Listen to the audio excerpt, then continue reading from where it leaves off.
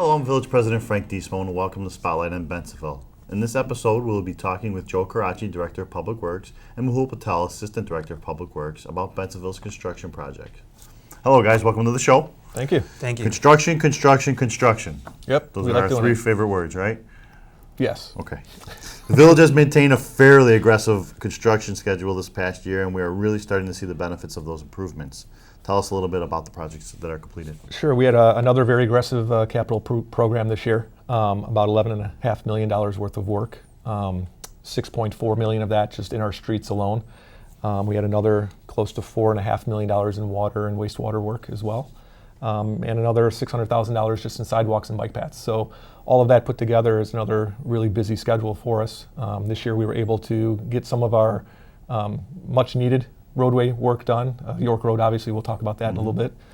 Grove and Foster, also some roadways that could really use some work, and we were able to hit those as well as some underground infrastructure projects as well. Let's talk about downtown. What's left on our downtown streetscape project? Yeah, so we are currently actually in the stage 2 of the downtown construction at this moment, and after today, we are focusing on getting the curb and gutter, the planter boxes, and the stamp sidewalk and the pavement completed in stage 2. Once all that's done, we got to come back and install the crosswalks at all the intersections and well. And then once we're all done with that, some striping and some landscaping work, and we're hoping to be completed by mid-November. In addition to the beautification of downtown, did you also make any infrastructure improvements to the storm sewer? Yes, we did. Actually, as part of the downtown streetscape project, we did some utility relocations. We had to make some changes to the existing water main system. We had to abandon some of the redundancy in the system, as well as reprofile the roadway on Center Street and add some localized drainage to account for that reprofiling on Center Street. Speaking of the water main project improvements, what other areas of town were part of the 2019 water main replacement project? So the 2019 program this year really finished off the whole area between Church and Park, between Jefferson and Washington. We've been working on that area for about 5-6 years now. So this was the last of the program. This year's program focused on Marion, between Jefferson and Washington, and also going east-west, we did Memorial and Washington between Marion and Park, also Roxanne and Virginia. So all new water mains in these areas. We were able to repave the roadways, do some spot curb repair, driveway apron repair, and things like that. So I'm happy to say we're kind of done in that area, and now we're going to hopefully focus on getting north of Irving Park Road and some of the water mains they needed up there. We've seen a ton of improvements along York Road. Tell us about what was involved with those projects. The York Road project, obviously, we did a resurfacing project from Grand Avenue to Green Street earlier in the year. That actually involved removing the existing asphalt 4 inches down and replacing that 4 inches back, along with some spot curb and gutter repairs, and also doing a lot of the sidewalk ramps at the intersections to make them ADA compliant, along with adding cross button signals, so make sure the pedestrians can cross safely and all that stuff. As part of the downtown streetscape project along Green Street corridor over there, we extended the stamp sidewalk from Railroad Avenue down to the Green Street, as well as made the crossing compliant at the southwest corner of Green and York as well. How can residents find out more about what's a current situation of our projects? We have a really nice website under construction. Within the public works section of our website, there's some story maps, some updates that we update regularly. So if there's ever a question about a construction project, what we're doing, what's happening, and all that, it's a great resource for our residents to go to. I know we got several more questions. You guys got a few minutes to hang out? Sure. Yeah, thank you. We'll be back after a short break with Spotlight on Bensenville.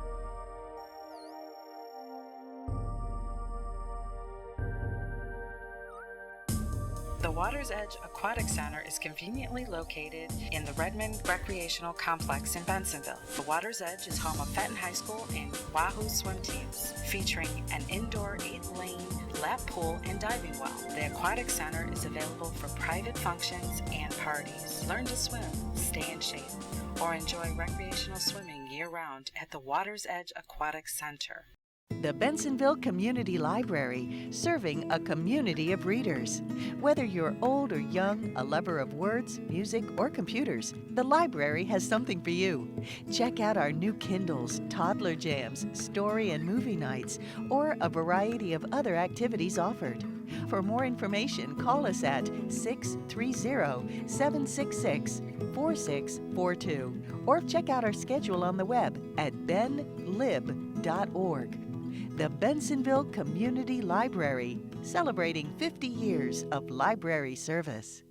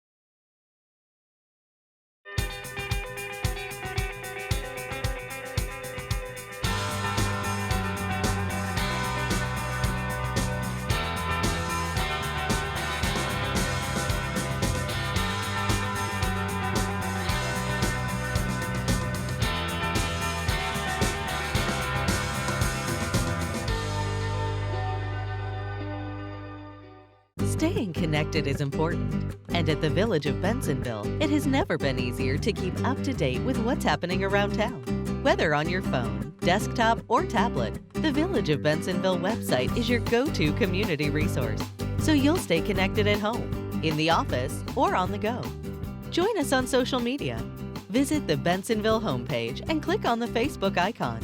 This will take you to the Bensenville Facebook fan page. Once there, click the like button and add us to your newsfeed. To follow us on Twitter, visit the Bensenville homepage and click on the Twitter icon. This will take you to the Bensenville Twitter page. Once there, click the follow button and add us to your Twitter feed and receive regular community updates. For email and cell phone notifications, click on the Notify Me button. This will take you to the Notify Me dashboard. Add your email address and/or cell phone number at the top of the page. Then select which service you would like to receive updates from. Click on the envelope icon for email alerts and on the phone icon for phone alerts. You can choose one, the other, or both. Tune into our public access cable shows and board meetings. Choose a current program from the Multimedia tab down on the homepage. Bensenville Community Television is also web streamed 24 hours a day. To pay your Bensenville utility bill online, just click on the Online Payments button, then follow the instructions provided on our secure payment site. If you have any problems, concerns, or questions to tell the Village, please visit the Report a Concern Center. Through the YourGov application, you can explain your issue and track its progress from submission to completion. Issues submitted through YourGov are forwarded directly to the responsible department. Staying connected is important, and at the Village of Bensenville, it has never been easier to keep up to date with what's happening around town. On your phone, desktop, or tablet, the Village of Bensenville website is your go-to community resource, so you'll stay connected wherever you are.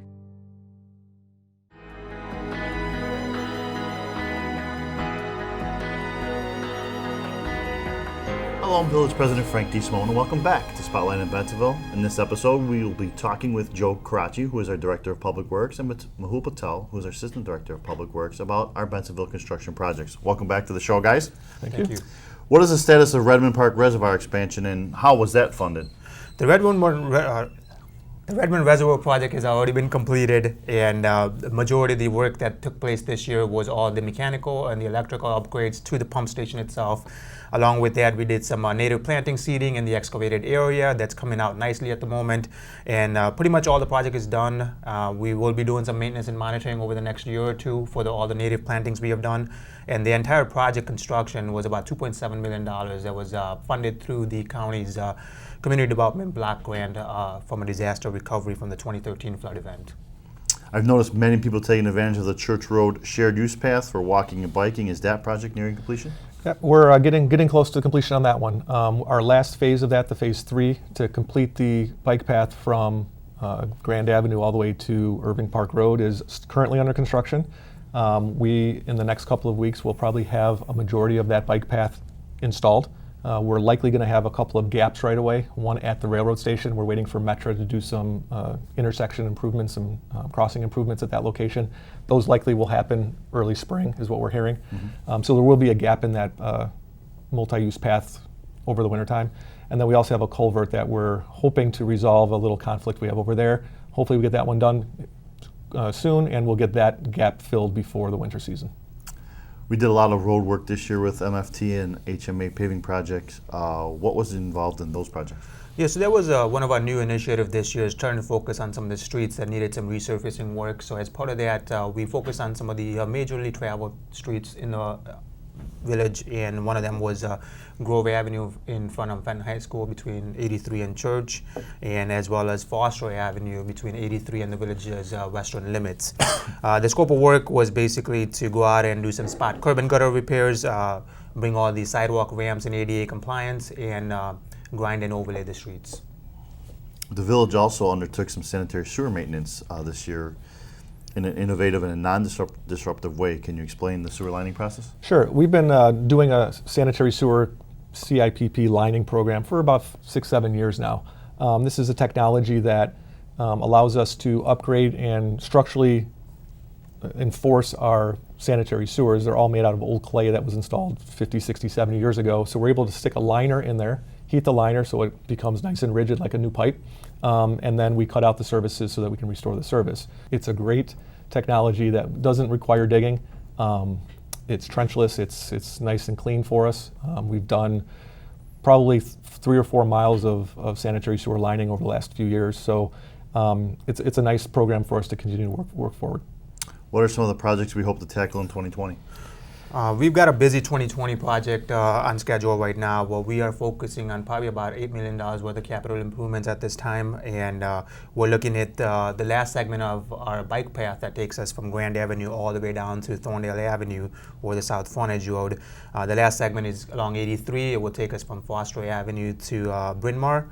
There we are targeting in March 2020. And then the 2020 water main project that will take place on Hillside Drive between Illinois 83 and the eastern limits of that street, as well as the one project that was delayed this year because of the CDBG funding we didn't get in time, is the Eastview and Franzen Street between Hillside and Irving Park Road, along with some of the resurfacing projects that we did on Grove and Foster this year. We're going to continue on Grove going east of Church Road next year, as well as Green Street and Plentywood Drive. Along with that, we're also focusing on some of the rehabilitation on some of our facilities that we use to upkeep our water and sanitary systems. Church Road Pump Station will see some major upgrades as far as the mechanical and electrical components are concerned, as well as a couple of sanitary lift stations, one being over on Supreme Drive and the other one being on Spruce Avenue. These are critical pieces of infrastructure in our sanitary and water main systems, and we'll be focusing on some of those too. Along with that, we got some also maintenance projects, sewer lining being one of them, sidewalk R&R, striping, some rejuvenation projects are also lined up for 2020. And I know Joel likes to say that the projects that we do here are not always the coolest. We'll use the word coolest in this segment. Sure. Because you don't see it happening. Right. But it's necessary. We have to do it. And the reason why I have a bunch of different projects going on at once, we got some free money to do a lot of this too, right? Absolutely. How much was that? On the 83 project, we are looking at about $1 million worth of grant improvements upcoming, and then the CDBG grants are $400,000 a piece that we have gotten. And then this year, the downtown streetscape was funded with about $1.1 million worth of ITAP funding. We did a streetlight project earlier this year. That was another $400,000 from CDBG grants. York Road was about a $1.8 million project that was About 2/3 of it was funded through a STP grant. So we've been able to capitalize on a lot of the grant fundings over the last 6 to 7 years. And that's why sometimes projects have to go together just for us to grab that grant money, because Correct. it's less on us. Yep, and there's a lot of requirements on those grants that make it a little bit more difficult. Sometimes they get delayed a little bit because of the paperwork you have to go through, but ultimately when you're getting free money, we try to capitalize as much as we can. We're progressing. Yep. With some progress comes a little bit of pain. That's right. Absolutely. Where can residents find more about our projects? As Joe mentioned earlier in the show, the website will be the latest and greatest information to find out on construction updates. We are regularly updating those, and you can always call Public Works Department as well. So again, downtown streetscape project on schedule. It is on schedule. We should be completing by mid-November, barring any major rain events. Guys, thanks for joining us. Thank you. See you next time. Yep. We'll see you guys next time on your next episode of Spotlight in Bensenville.